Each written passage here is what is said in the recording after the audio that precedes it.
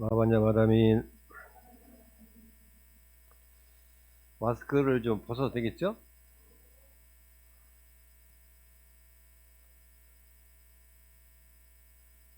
마스크는 일상이 돼가지고 마스크 벗으면 도리어 이상한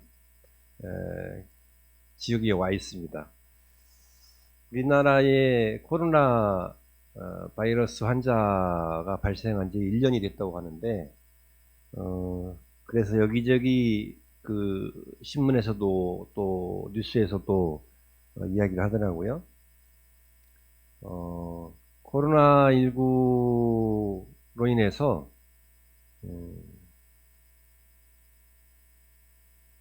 여러 가지 어려움도 많았지만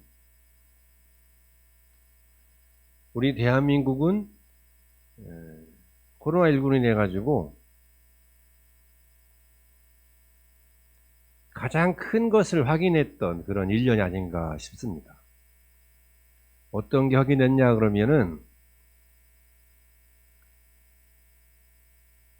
잠재되었던 우리 국민들의 뛰어난 의식으로 인해서 어떤 칼럼에는 그렇게 표현했더라고요. 눈 떠보니까 선진국이더라.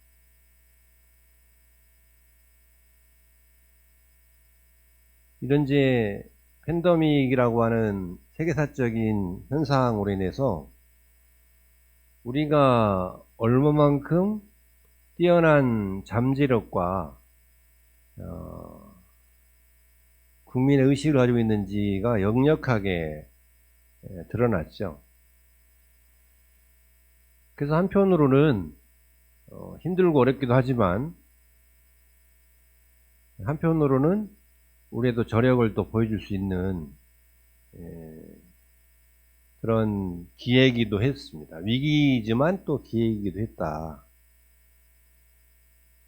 그런데 가만히 들여다보면 이것을 이제 잘 이어가야 되는데 우리가 가지고 있는 성질 중에 파르르 하는 성질이 있어요. 파르르 하는 성질. 얘기하자면 너무 빨리 어떤 것에 빠져들고 또 너무 쉽게 그거에 지쳐하거나 질려하거나 또 흥미를 잃어버리는 그런 것도 있거든요. 다르게 말하면 상당한 역동성을 가지고 있는 그러한 성질이기도 하지만 또 한편으로는 지속 가능한 발전에 취약한 것도 있다. 그래서 우리가 이제는 지속 가능한 그런 성장을 위해서 우리 각자가 자기의 삶을 이렇게 돌아보는 그러한 시간들이 이제는 필요할 때다.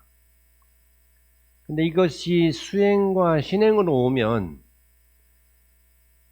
같은 흐름으로 이야기할 수가 있어요. 우리가 하는 신행과 수행도 지속 가능한 수행, 지속 가능한 신행이 돼야 되거든요. 그거를 이제 불교식으로 말하면 정진이라고 얘기하죠.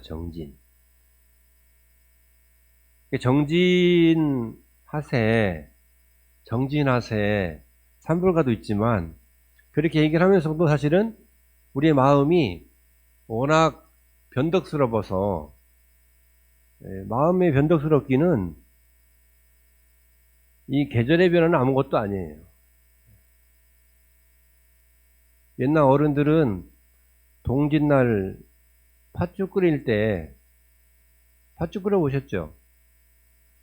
팥죽을 끓여가지고 한참 잘 끓이면 팥죽에 펄럭펄럭 올라오는 김이 있어요. 톡톡 터지면서 김이 올라오는데 이게 처음에는 이제 열을 덜 받을 때는 대여섯 개 나오다가 한참 팥죽이 잘 끓이면은 수백 개가 그냥 막 올라오죠. 그렇게 그걸 보고 이제 사람의 마음이, 우리 변덕스러운 마음을 이제 비유를 해가지고 파죽 꿀듯이 한다, 이렇게 이제 옛날 어른들 얘기했는데, 우리가 마음이 이제 그렇게 변덕스럽다 보니까 정진을 길게 가져가기가 쉽지 않아요. 근데 그런 이제 지속 가능한 정진을 점검하고 또 마음을 새롭게 먹는데 필요한 것이 바로 새해입니다. 새해에 우리가 그런 마음들을 점검하고 새롭게 계획하고 하는 의미가 있겠죠. 근데 새해가 밝았어요. 근데 새해가 시작을 했는데도 시간은 유수와 같아서 벌써 한 달이 다 지나가고 있습니다. 무서울 정도로 시간이 빨리 지나가죠. 몇 주까지만 해도 금세 모든 게 얼어붙어 가지고 꽁꽁 얼어붙어 가지고 세상에 이렇게 추울 수가 있냐, 습도가 얼었니, 물이 안 내려가니, 난리도 그런 난리가 안 했는데 눈이 또 엄청나게 와가지고 막 1시간 만에 막 10cm 쌓이는 그런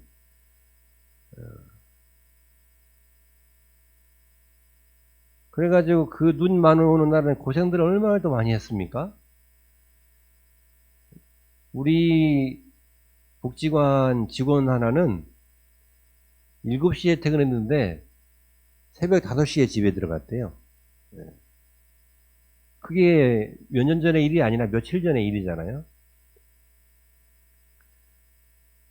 근데 언제 그랬냐는 듯이 지금 영상으로 온도가 올라와가지고 다다음 주만 되면 입춘이잖아요. 입춘. 봄이 선다. 설립자 써가지고 이제 입춘이에요. 그러니 시간이라고 하는 것, 세월이라고 하는 것은 우리 마음만큼이나 변화가 심한데 우리 마음이 거기에 몇 배 더 변화무쌍하죠. 지금 이 순간도 사실은 오르락 내리락 하고 있는데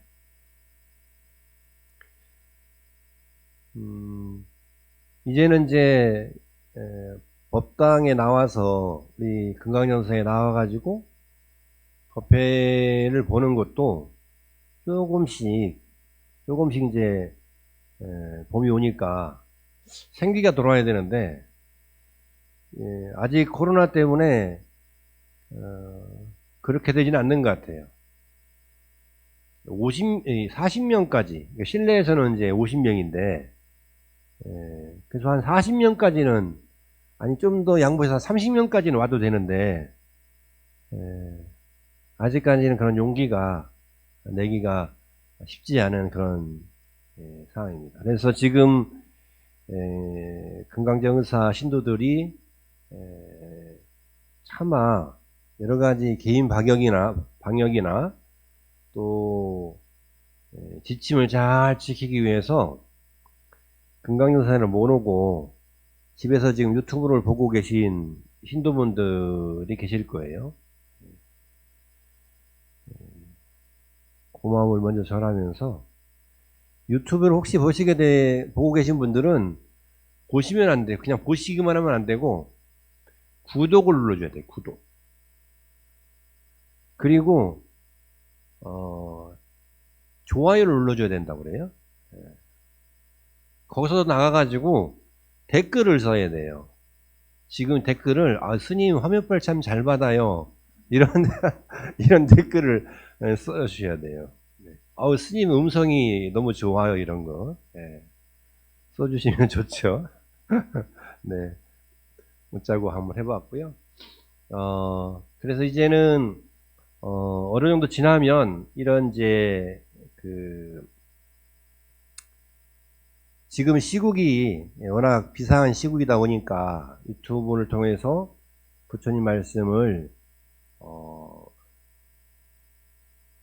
듣고 있지만 가장 좋은 거는 빨리 이 시국이 좀 해결이 돼서 법당에 나와가지고 부처님하고 대면 법회를 좀 했으면 좋겠다. 그런 시절이 왔으면 좋겠다. 이런 생각을 해봅니다. 법회에 들어오기 전에 잠깐 우리 종무실장하고 얘기를 하다가 작년에 입춘 때 우리 금강정사 법당에 신돌이 꽉 찬 사진을 보게 됐대요. 근데 너무 생경하더라는 거예요. 이런 날이 또 올까 이런 염려도 되고 여러 가지 생각들을 하게 되더라는 거예요. 근데 저는 뭐 크게 의심하지는 않습니다.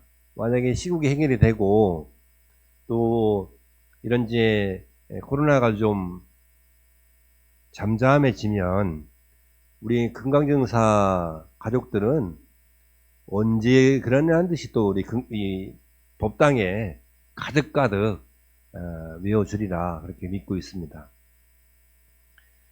무엇보다도 이 신행이라고 하는 것 내지는 부처님을 믿고 실천하는 일 중에는 그 무엇보다도 부처님을 뵙는 게 좋습니다.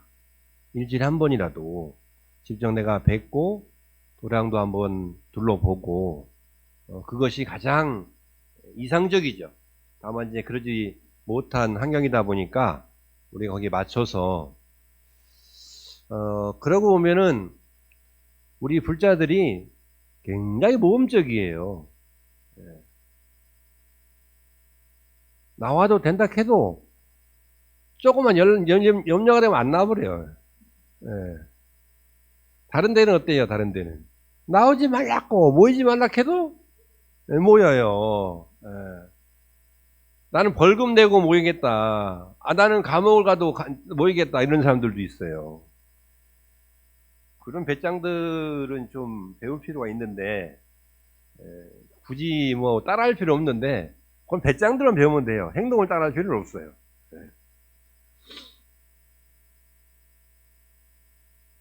그러니까 우리가 이제 그런 게 어떻게 보면은 자기의 신념이고 자기 종교에 향한 그러한 이제 굳건한 믿음이라고 표현할 수가 있겠지만 우리 불교는 부처님 가르침은 그렇게 잘 안 되죠. 그게 신심이 없는 게 아니라 그래도 나의 신앙보다 나의 신행보다도 그로 인해 가지고 누군가에게 피해가 가고 누군가에게 손해가 간다면 우리 불자들은 그거는 또 못 견디잖아요.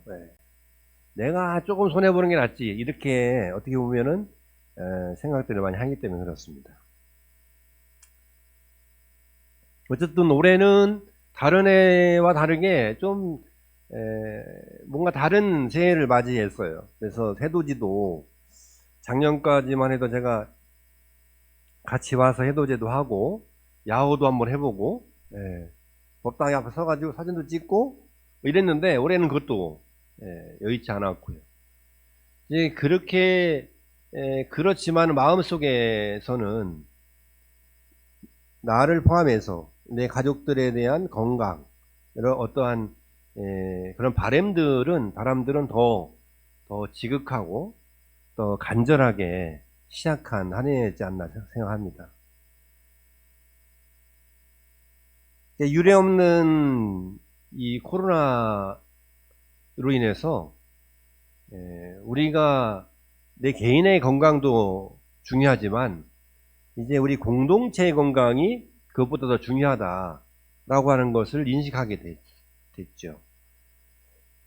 그 나의 건강으로 인해 가지고 공동체가 건강이기도 하지만 이 공동체의 건강, 공동체를 잘 유지하기 위해서는 우리가 이제는 어떻게 해야 되는지 그런 것들에 대한 한 번쯤은 생각하게 되고 또 궁리하게 되는 그런 계기도 됐던 것이 사실입니다. 그렇다 하더라도 이제 뭐 세상은 다 부처님 말씀대로 무상하니까요. 또 무하니까 거기에 또 걸려서 괴롭다고 생각하는 것보다는 그대로 영원하지 않는 것이었기 때문에 그런 속에서도 다 변화하는 거니까요. 지금의 이런 시국들도 어느 정도 시간이 지나면 또 언제 그런다는 듯이 그렇게 변할 거다. 눈이 한참 올 때였어요. 많이 올 때였는데 제가 저기 시골에 조그만 토굴이 하나 있습니다. 농가주택이에요. 거기에 이제 법당을 이렇게 부처님 모셔놓고 부처님이 아주 귀한 부처님이 한 분 계세요. 모셔놓고 이제 스님이 이제 혼자 그 기도를 하고 있는데 눈이 많이 오면 걱정이 돼요. 61년도에 그 지어진 집이에요. 오래되다 보니까 61년 되면 이제 삐끄덕삐끄덕 하잖아요. 혹시 61년생 있으신가 모르겠는데 61년생 이상 되면 삐끄덕삐끄덕 하잖아요. 또 뭐가 좀 그래서 이제 걱정이 돼요. 그래서 눈이 오면 제가 전화를 자주 하는데 근데 눈 치운다고 너무 고생을 많이 하는 거예요. 그리고 막 나중에 되니까 이제 스님이 혼자 눈 치우니까 나는 이제 여기서 전화만 하고 있으니까 짜증이 났는지 짜증스럽게 더 전화를 받더라고요. 그래서 내가 눈 치운다고 너무 걱정하지 말고 집이 무너지지 않을 정도만 치우고 길만 내라. 다닐 길만 내라. 마당 다 눈 치울 필요 없다. 여름 오면 다 녹는다. 그러니까 스님이 기가 찬지 얼척이 없는지 한마디 하더라고요. 뭐라 하냐면 진리의 말씀입니다. 그러는 거예요. 요즘 젊은 사람 말로 그냥 지르는 거죠. 와서 눈을 못 치울지고 만지고 여름 오면은 눈이 다 녹는다고 얘기하니까 여름까지도 안 가지요. 지금 눈 있습니까 어디? 근데 우리가 이제 그렇게 사실은 다 변하는 거거든요. 그러니까 지금의 괴로움과 지금의 번뇌, 번민도 다 사라지게 돼 있어요. 근데 우리는 거기에 탁 착이 걸리니까 거기 걸려가지고 아무것도 못하니까 이게 문제가 되는 거거든요. 그러니까 오늘 번뇌에 대해서 좀 말씀을 드릴까 하는데 왜 그러냐 그러면 왜 오늘 번뇌냐 1년을 이렇게 열면서 우리가 이제 여러 가지 기원을 하죠. 기도도 하고.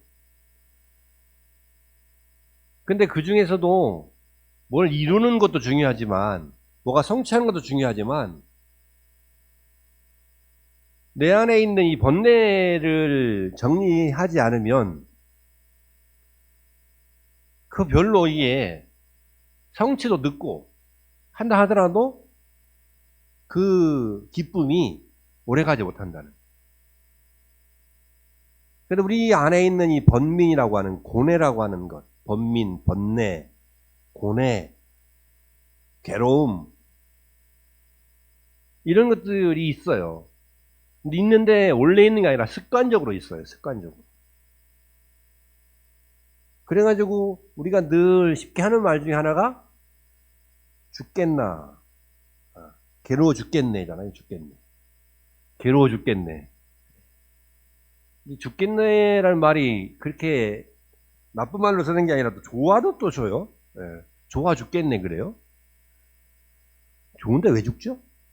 그러니까 말이 참 묘한데 좋아 죽겠나도 하지만 괴로워 죽겠나 이런 말을 많이 하죠. 또 배불러 죽겠네 그래요. 또 누가 많이 먹으랬는가? 많이 먹어놓고 배불러 죽겠네 그래. 근데 죽진 않아요. 진짜 죽을 사람은 죽겠네 말 안 하죠. 근데 괴로워 죽겠나라고 하는 것도 어떻게 보면 굉장히 습관적이란 말이에요. 습관적. 괴롭다는 게. 힘들다는 말이죠. 마음이 힘들다. 요즘에 이제 그 옛날에 제가 경험한 것 중에 그 절에 어린아이가 와가지고 초등학생 저학년인데 초등학교 저학년이 와가지고 요즘 잘 지내니? 그러니까 그 초등학생이 나를 보고 요즘 마음이 괴로워요. 그래. 아니, 마음이 괴로워요. 그래요. 그래서 니는 왜 마음이 괴롭나? 그러니까 마음이 괴롭대요. 뭐가 괴롭냐? 그러니까 학교 다니기가 마음이 괴롭대요. 예. 공부하기가 마음이 괴롭다는 거예요. 이 마음이 괴롭다는 것은 어리나, 그래서 제가 저 말을 진짜 알고 쓰는 걸까? 라고 하는 약간의 의문도 들었지만, 그걸 느낀다는 거잖아요. 마음이 괴롭다는 거를.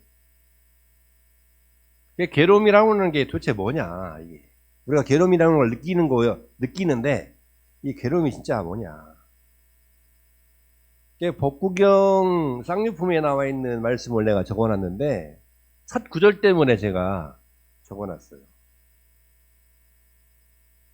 그게 뭐냐면, 조우후라는 말인데, 걱정거리를 만들어서 나중에 걱정한다는 거예요. 그 뒷말은 거기에 서술적으로 이렇게 써있는 말인데, 가장 중요한 말에는 걱정거리를 만든다. 걱정거리를 만들어서 걱정한다 이 말이에요. 근데 그 걱정거리를 만들어 가지고 그 걱정거리 내에서 걱정하는 거란 말이에요. 그러니까 실제로 걱정하는 게 걱정거리가 있는 게 아니라 실제로 번뇌가 있는 게 아니라 번뇌거리를 만들어서 번뇌한단 말이에요. 그 내가 만든 번뇌거리 때문에 번뇌에서 힘들어한단 말이죠. 근데 그게 원래 그렇게 만들어진 줄 알아요. 원래 그렇게 있는 줄 안단 말이에요. 우리 마음이 착각을 하는 것이 그게 아니란 말이에요. 우리가 정말 성소로, 우리 법당으로, 수행처로 여기고 있는 이 금강정사 이 법당도 30년 전에 이 자리에 있었을까요? 없었을까요? 네. 있었어요? 없었어요? 없었어요. 신도들의 마음들이 하나씩 모아서 건립된 거예요. 이 법당도. 부처님도 모시고 연등도 달고 등살도 달고 이래가지고 원래 있는 게 아니라 그렇게 세워진 거란 말이에요. 우리의 번뇌도 이 법당도 그럴지언데 우리의 마음의 번뇌는 어떻겠습니까? 원래 있는 게 아니라는 거죠.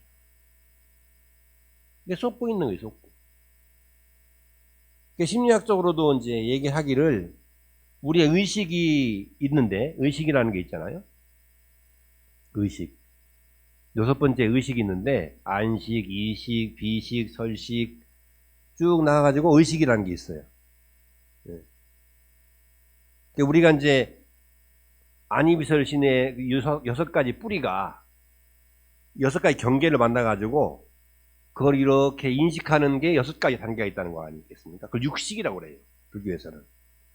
그래서 육근과 육경을 12처를 하고 12군데에 머물러 있다. 세상은 다 여기에 속해 있다는 거예요. 이 육근과 육경을 벗어난 건 없다는 거예요. 세상은 다 여기에 포함되어 있다. 포섭되어 있다. 이렇게 초기경전에 부처님께서 말씀을 하십니다. 거기에 좀 더 이제 그러한 좀 더 세부적으로 그걸 인식하는 의식이 있는데 그 6가지가 있어요. 그걸 육식이라고 하죠. 육식. 6가지라고 해서. 그래서 육근과 육경과 그 사이 육식 이 3가지를 18개라고 그래요. 경계계자, 세계계자 써가지고 18개의 경계가 있는 거예요. 이 18개를 벗어나지 않아요. 공간적으로 봤을 때. 근데 그것이 과거, 현재, 미래로 계속 유전되는 거예요. 흘러가는 다면. 그래서 그걸 뭐라 해요? 3세로 그래요. 3세. 그죠? 과거, 미래, 현재. 우리는 과거, 현재, 미래 이렇게 얘기하는데 시간 흐름으로 얘기하는데 경전에는 과거, 미래, 현재 이렇게 나와요. 과거나 미래를 같이 보고 현재가 가장 중요시 보기 때문에 그런 것 같아요. 과거, 미래, 현재가 이렇게 3세라고 그러잖아요. 그 세하고 18개의 개하고 딱 붙여가지고 보면 뭐라 그러냐? 3개라고 그러죠. 3개. 이게 세계예요, 세계. 이 세계는 과거, 현재, 미래의 공간적인, 시간적인 개념과 육근과 육경과 육식이 만난 이 공간적 개념이 만나서 이루어진 게 세계라고 한단 말이에요. 그 세계라래. 그 세계가 있는데 거기에는 이제 우리 사람이 의식을 통해서 그것이 인식하고 넘어가는, 흘러가죠. 근데 그게 지금 내가 느끼고 있는 게 의식이 현재 의식이고, 현재 의식. 현재 의식은 이제 제 얘기도 듣고, 제 모습도 보고, 부처님도 아련하고, 예. 아이고, 다리가 저리다. 이게 현재 의식이에요. 근데 그 현재 의식보다 조금 이제 깊숙이 들어가 있는 게 잠재 의식이죠. 잠재 의식. 이 잠재 의식은 어마어마합니다. 예. 그 잠재 의식이 현재 의식으로 나오는 건데, 그 잠재 의식 속에 무의식이라는 게 있어요. 무의식. 그 무의식이 잠재 의식을 지배하고, 그 잠재 의식이 현재 의식과 만나서 자기 자신을 만들어가는 거죠. 근데 우리에는 그런 의식들이 있는데, 그런 의식을 얘기하는 게 뭐냐면, 우리의 의식이라고 하는 걸 한번 이렇게 그림으로 그려보자. 마음속으로 그려보자는 거예요. 이게 형태가 있는 것이 아니고, 또 향도 있는 것도 아니고, 맛있는 것도 아니고, 색깔이 있는 것도 아니지만, 이 의식이라는 거, 그러니까 현재 의식과 잠재 의식과 무의식, 이걸 한번 생각을 해봐야 그 안에서 내가 역동적으로 계속 변화하는 것이 번뇌이기 때문에, 이게 번뇌를 지금 보기 위해서 그러는 거야. 번뇌를.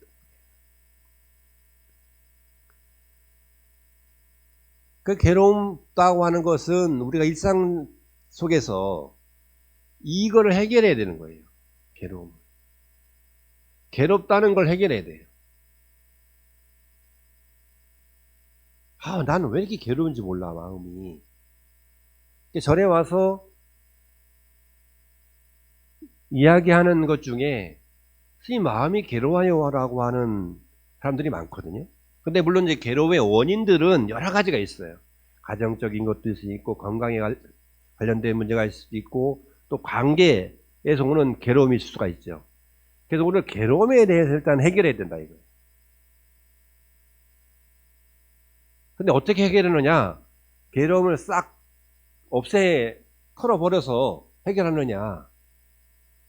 그게 아니라 그 괴로움의 성질을 잘 한번 들여다봐야 해결된다는 거예요. 그 괴로움이라고 하는 것을 나무 자르듯이 싹둑 베내가지고 베낼 수 있는 게 아니라는 거예요. 내가 살아있는 한, 살아있는 모든 사람은 다 괴롭게 돼 있습니다. 그래서 부처님께서 그거를 진리라고 그랬잖아요. 사성제 중에 고성제라고 하는 것이 괴로움이거든요. 괴로움이 진리예요. 괴로움이. 그 괴로움이 없으면 괴로움을 왜 오는지도 알 수가 없고, 괴로움이 있기 때문에 그 괴로움을 극복할 수 있는 마음도 열리는 거란 말이에요. 그 괴로움이라고 하는 것을 우리는 누구나 다 가지고 있다. 문제는 뭐냐? 그 괴로움이 원인이 뭐냐? 라고 찾아보면 괴로움의 원인은 뭐예요? 괴롭다고 하는 생각이라는 거예요. 이게 무슨 말인지 잘 모르겠죠? 괴롭다라고 하는, 난 괴로워라고 하는 이야기를 할 때 보면 괴롭다고 하는 생각을 가지고 있는 거예요. 괴롭다고 하는 생각이 없을 때는 괴롭다는 말을 안 해요. 그 괴로움의 원인은 결국 뭐냐면 괴롭다는 생각인 거예요. 그러니까 괴롭다고 하는 사람은 괴롭다고 하는 생각을 가지고 있는 거예요. 이게 괴롭다고 하는 것 자체를 자기하고 동일시하고 자기의 본체로 여기는 습관이 있어요, 우리는. 그거를 분리하자는 거예요, 지금. 분리해내자. 이걸 분리해내지 않으면 괴로움은 절대로 자기에 떨어지지 않습니다. 우리는 자꾸 괴로움을 자기랑 동일시하는 습관이 있습니다.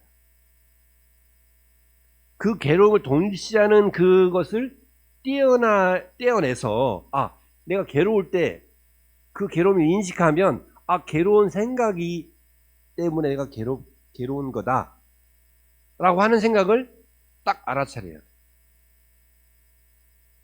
그래서 여기 페이지에 빨간색으로 써 있는 괴로움의 원인은 괴롭다는 생각 때문이다. 멋진 말입니다. 여기에는 정말 많은 말들이 함축되어 있어요.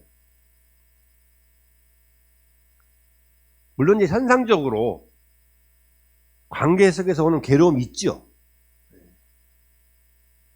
그 괴로운 생각을 없앤다래 그게 해결되질 않아요. 예를 들자면 배가 고파. 막 배가 고픈데 배고픈 생각을 내가 잊어버려야 한다 해가지고 그 배고픔이 사라지느냐, 그건 아니라는 거예요. 현상적으로. 또 하나는 은행에 빚이 있어요. 그 빚을 못 갚고 막 채무 관계가 있어요. 독촉이 와요. 전화가 와요. 독촉장 날라와. 그것이 괴롭다는 생각을 없앤다는 해서 괴로움이 사라지는 건 아니다라는 거예요. 그거는 현상적인 것은 현상적인 대로 남아있는 거다. 다만 괴롭다는 생각 때문에 괴로움이 더 깊어지고, 그 괴롭다는 생각 때문에 그 괴로움을 해결하지 못하고 거기에 함몰될 수 있다는 거예요. 그래서 괴롭다는 생각을 할 때는, 마음이 괴로워 할 때는 괴롭다고 하는 자신을 알아차려야 됩니다.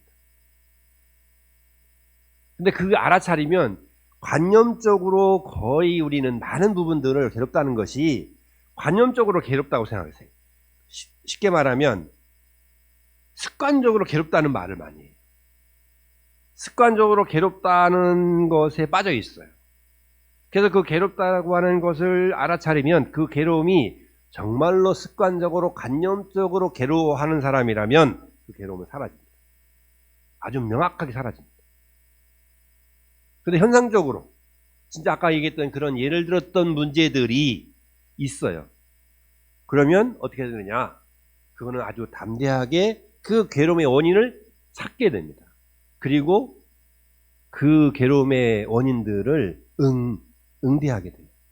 그리고 해결하게 되죠. 담대하게 그 문제점의 출발점에 서게 된다 이 말. 근데 우리는 이제 현상적인 그러한 것들이 있을 때 그 괴로움의 마음을 바라보지 못하고 수술하지 못하면 그 괴로움의 마음을 잊기 위해서 외부적인 그러한 쾌락으로 인해서 그거를 잊으려고 해요. 그러니까 요즘에 많이 이제 벌어지는 것이, 쉽게 벌어지는 것이 그런 이제 뭐 알코올리즘 아니겠어요? 알코올로 이제 옛날에 봤던 그 기억이 납니다만은 우리나라 사람들의 영양 공급을 하는 가장 영양 공급 많이 하는 것 중에 하나가 소주래요, 소주. 우리나라 소주를 그렇게 많이 마신다면서요? 네. 술을 그렇게 많이 마신대요, 우리나라가. 다른 나라에 비해서. 다른 나라는 술을 즐기는데 우리나라는 마신대요. 근데 나중에 이제 술이 사람을 마셔버리죠. 그런 것도 왜 있냐면 괴롭기 때문에 마셔요. 근데 마시는 건 좋은데 그 마시기 전에 한 번쯤은 그 괴로움에 대해서 응대하고 마주서 봐야 된다는 거예요. 근데 괴로움은 잊으려고 하죠. 괴로움은 잊어야 돼 그래요. 습관적으로. 있는 게 아니고 그냥 덮어놓고 묻어놓는 거죠. 그러면 안 된다. 그 괴로움은 절대로 해결되지 않는다라는 겁니다. 부처님께서 우리에게 말씀하시는 것이 그 괴로움이라고 하는 것이 우리가 잘못된 견해로 인해서 괴롭다고 생각한다는 거예요. 잘못된 견해로. 그러니까 어떻게 돼? 그 잘못된 견해를 바른 견해로 바꿔야 되는 거죠. 바른 견해로. 바른 견해를 바꾸려면 어떻게 되느냐? 그 번뇌라고 하는 것, 괴로움이라고 하는 것을 제대로 이해하고 제대로 마주 봐야 된다는 겁니다. 이게 번뇌를 이렇게 좀 한자로 풀어보면 참 재미난 게 번자가 불화자가 들어가잖아요. 불화자. 근데 옆에 있는 것이 머리혈자예요. 머리혈. 그래서 머리에 불이 난 게 번이에요. 번뇌. 번민하다. 그래서 우리가 이제 쉬운 말로 뭐라고 해요? 화나면 아이고 두야. 아이고 두야. 여기서는 이런 말 잘 안 쓰나요?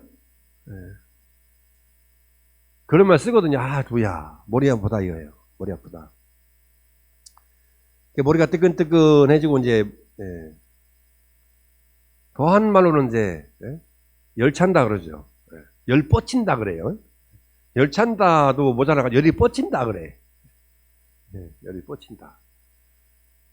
그게 이제 번뇌란 말이죠. 그러니까 결국은 이 번뇌라고 하는 것이 우리의 인식으로서 전환, 이게 번뇌라고 하는 것을 말씀드리는 이유가 뭐냐면 그 번뇌라고 하는 것이 우리의 인식으로 전환시킬 수 있다라고 하는 걸 말씀드리려고 하는 겁니다. 그러니까 우리의 삶이 번뇌로 느끼고 또 생사윤회의 고통을 느끼는 것 자체가 어떻게 보면 역설적으로 우리 번뇌라고 하는 걸 느끼는 것 자체가 어떻게 보면 역설적으로 우리의 마음속으로 뭐가 있냐면 그 번뇌라고 하는 느끼는 것이 있다는 거예요. 그게 어떻게 보면 청정무구 심이라는 거예요. 그러니까 우리가 이제 그런 것이 없으면은 번뇌, 내가 지금 괴로워하고 있네? 라는 것도 모른다는 거예요. 그 괴로움이라고 느끼는 것 자체도 어떻게 보면 굉장한 거죠. 우리가 이제 요즘에 또 보면 정은인가요? 맞아요? 그 이름? 정은인가? 아이 학대해가지고 아동학대 때문에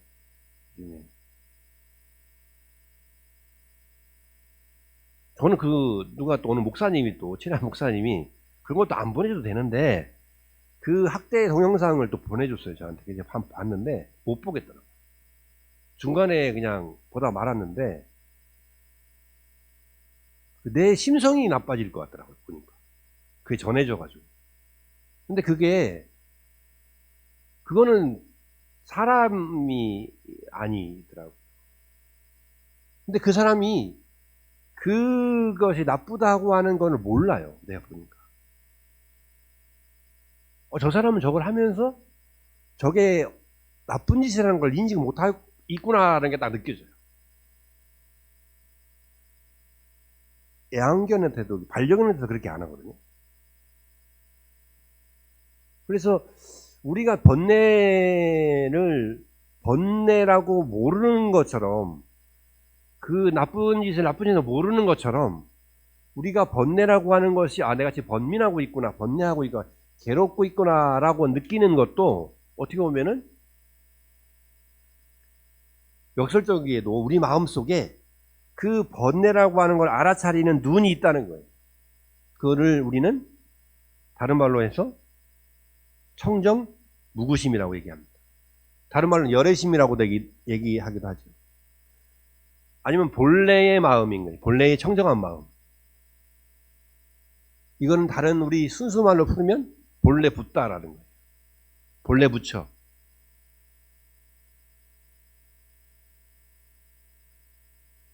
그 괴롭다고 하는 것 자체를 없애는 것, 내지는 모르는 것, 이것이 우리가 원하는 게 아니라 우리는 살아있는 언제나 번민하고 언제나 괴롭고 언제나 고통스러울 수밖에 없다라는 겁니다. 근데 그 고통과 번민과 괴로움이 도력을 보듬어서 그걸 무조건 끊어내고 덮어놓고 감추는 것이 아니라 그 괴로움을 딱 마음에 올라왔을 때 그 괴로움을 잘 보듬을 줄 알아야 된다는 거예요. 그래야 그것이 지혜로 바뀐다는 겁니다. 괴로움이 없으면 지혜도 없을 수 없어요. 그 괴롭다라고 하는 거 뭐냐면 여러분이 현실에서 현장에서 생활 속에서 내가 괴롭다라고 하는 건 뭐냐면 이건이 내가 도리로 바꿀 수 있는 지혜로 바꿀 수 있는 반야바라미를 전환시킬 수 있는 기회구나라고 생각할 수 있는 기회가 된다는 거예요. 그러니까 괴로움이라는 것이 그렇게 몰아내고 그냥 끊어내야만 되는 것은 아니다. 그래서 옛 어른들은 번뇌가 일어나자 사라지는 번뇌의 현상을 넘어서 그 번뇌를 바라보는 본래의 마음, 항상 거기에 그렇게 있는 청정무구의 마음을 열어준 기호다, 암호다 이렇게 여겼다는 거예요. 번뇌, 마음이 괴롭다라는 것은 지금 내가 원래 가지고 있던 본래 붓다를 드러낼 수 있는 그러한 암호다. 그렇게 여겨야 된다는 거예요. 그 마음을 우리는 마하바냐 바라미를 성취하는 마음이자 또 마하바냐 멜로 승리하는 삶을 전환시키는 것이다라는 거예요. 괴로움이 없는 마음이 다 좋은 게 아니다라는 거예요. 그 괴로움을 잘 보듬어서 괴롭지 않은 사람은 없다. 누구나 다 괴롭다. 근데 그 괴로움을 어떻게 쓰느냐 따라서 범부가 되기도 하고 더 요즘 말로는 속물이 되기도 하고 내지는 성인이 되기도 하고 성자가 되기도 하는 거다. 어떤 부처님을 잘 만드는 조각가가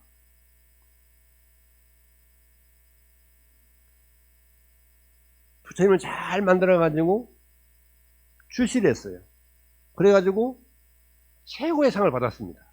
그래서 그 사람이 인터뷰를 했다는 거예요. 당연히 어떻게 그렇게 부처님을 잘 만들 수 있느냐. 그래서 이 사람이 뭐라고 대답을 했냐면 나는 부처님을 조각한 게 아니라 그 나무가 가지고 있는 부처님의 성품을 드러냈을 뿐이다. 이렇게 대답을 했대요. 예사 대답이 아니에요. 그러니까 우리가 그 조각상이 부처님의 모습을 드러내듯이 우리의 마음을 잘 드러내는데 그 드러낼 때에는 그냥 드러내는 게 아니라 내지는 톱으로 쓸기도 하고 끌로다가 파내기도 하고 그래야 되는 것처럼 또 사포로다가 잘 가려야 되는 것처럼 그 사포 역할, 톱의 역할, 끌의 역할 하는 게 우리의 마음의 번뇌다 라는 겁니다. 요즘에는 그런 게 없지만 옛날에는 요즘에도 가끔 그런 게 있습니다만 시골에 가면은 논 한 군데에 돌부처가 많이 서 있어요. 돌부처. 그게 미륵불이거든요. 미륵부처님. 옛날에 우리가 어렵고 힘든 시절에 그 들 중간중간에 미륵불을 많이 세워놨어요. 그 미륵불을 보면서 지금이 어려운 그러한 삶과 어려운 역경들 그리고 번뇌들을 그 부처님을 보고 그래 좋은 세상이 올 거야. 미륵부처님 오는 세상이 올 거야. 미륵세계가 올 거야 라고 마음으로 다짐을 했던 거죠. 그런 의미도 있지만 그 돌부처를 생각했던 게 뭐냐면 못난 돌도 잘 쪼고 잘 다듬으면 부처가 될 수 있다라고 하는 것을 역설적으로 보여준 거예요. 그 미륵부처님을 만드는 그 돌은 어디서 아주 멋진 돌을 가져다가 조각한 게 아니라 그 들에 누워있던 그 들에 땅에 숨어있던 돌을 캐내가지고 위로 부처님을 만든 거거든요.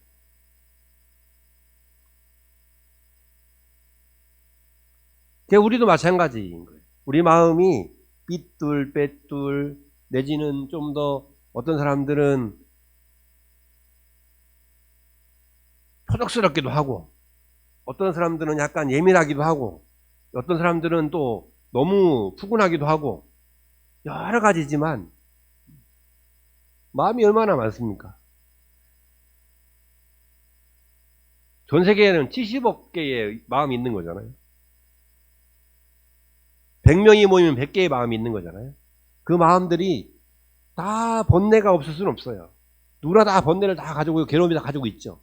그 괴로움을 어떻게 다루느냐. 그래서 때로는 넘치면 좀 덜어내고 좀 모자르면은 좀 잘 채우고 그렇게 해서 올 한 해도 마하반야 바라밀로 성취하는 또 승리하는 그런 삶이 그런 1년이 그런 새해가 되기를 바라고 혹여라도 마음에 지금 괴로움이 있는 분이라면 괴로움이 있다고 하는 분이라면 우리 금강영사 도량에 한번 오셔서 부처님 얼굴을 한번 딱 뵙고 삼배를 드리고 부처님께 그 괴로운 마음들을 딱 내놓고 고향한다면 아마 그 괴로움은 기쁨과 법열과 또 성취로 채워질 거다라는 말씀을 드리면서 오늘 본문을 마치도록 하겠습니다. 고맙습니다.